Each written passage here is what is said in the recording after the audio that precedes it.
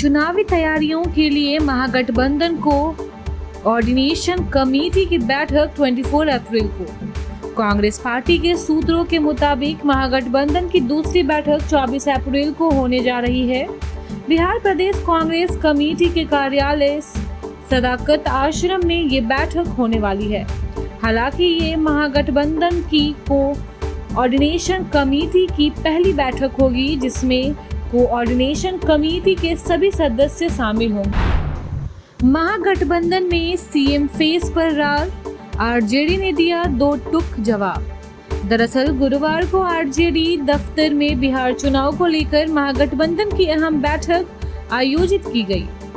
बैठक के बाद बिहार कांग्रेस के प्रभारी कृष्णा अल्लावरू ने ऐलान किया कि महागठबंधन में कोऑर्डिनेशन कमेटी का गठन किया गया है और तेजस्वी यादव इस कमेटी का नेतृत्व करेंगे।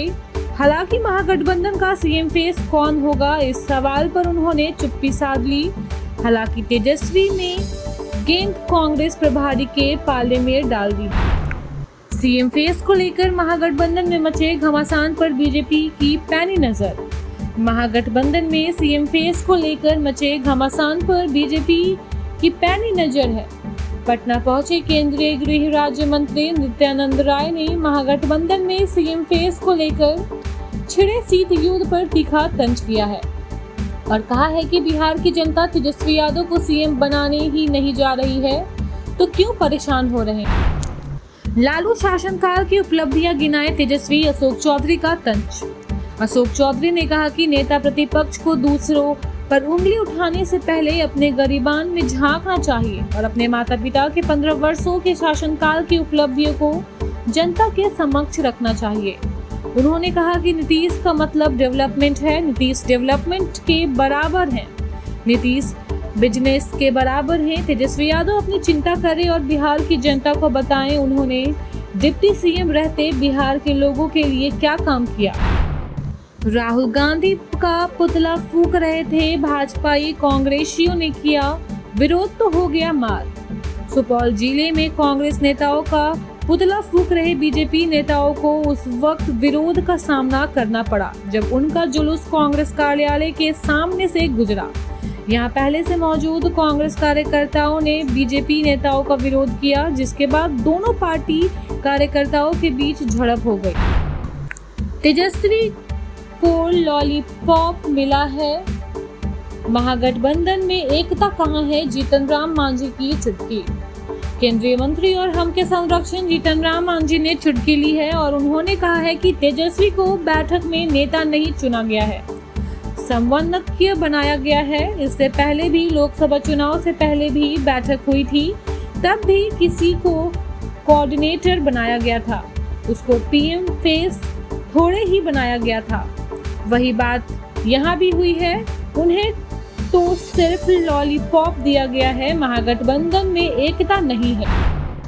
महागठबंधन में सीट शेयरिंग का फॉर्मूला सेट, इन दो फैक्टर पर रहेगा जोर। बिहार में आगामी विधानसभा चुनाव के लिए महागठबंधन के सहयोगी दलों के बीच सीट बंटवारों का फॉर्मूला लगभग तय हो गया है, जिसके लिए दो फैक्टर्स पर जोर रहेगा, जिसमें उम्मीदवारों की जीत की संभावना और साख को मापदंड बनाया गया है, जिस पर महागठबंधन के 6 दलों की सहमति बनी है।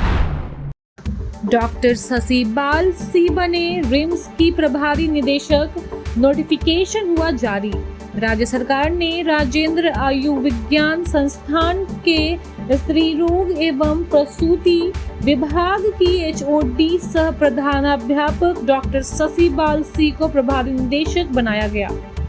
रिम्स शासी परिषद के अध्यक्ष सह स्वास्थ्य मंत्री इरफान अंसारी द्वारा डॉक्टर राजकुमार के निदेशक पद से हटाए जाने के बाद उन्हें यह जिम्मेदारी सौंपी गई है। स्वास्थ्य विभाग ने शुक्रवार को इस संबंध में अधिसूचना जारी कर दी। स्वास्थ्य मंत्री के इस एक आदेश से भड़के होमगार्ड। झारखंड के होमगार्ड जवान स्वास्थ्य मंत्री डॉक्टर इरफान अंसारी के खिलाफ भड़क गए हैं। उनका आरोप है कि स्वास्थ्य मंत्री ने सरकारी अस्पतालों से होमगार्ड जवानों को हटाकर निजी सुरक्षा एजेंसियों के गार्ड को नियुक्त करने का आदेश दिया है। झारखंड होमगार्ड वेलफेयर एसोसिएशन ने इस आदेश का विरोध किया है और चेतावनी दी है कि अगर इसे वापस नहीं लिया गया तो आंदोलन किया जाएगा। कल्पना संग हेमंत सोरेन और स्पेन और स्वीडन यात्रा। झारखंड के मुख्यमंत्री हेमंत सोरेन 19 अप्रैल से 27 अप्रैल 2025 तक स्पेन में रहेंगे। वे वहां के औद्योगिक और ऊर्जा निवेश संबंधों को मजबूत करने के लिए स्पेन में प्रतिनिधि मंडल का नेतृत्व करेंगे। प्रतिनिधि मंडल में विधायक पत्नी कल्पना मुर्मू सोरेन और मुख्य सचिव अलका तिवारी समेत अन्य अधिकारी शामिल हैं। प्रतिनिधि मंडल स्टीरन में भी बैठक कर। Thank you so much for watching this video. Don't forget to like, comment, share, and subscribe.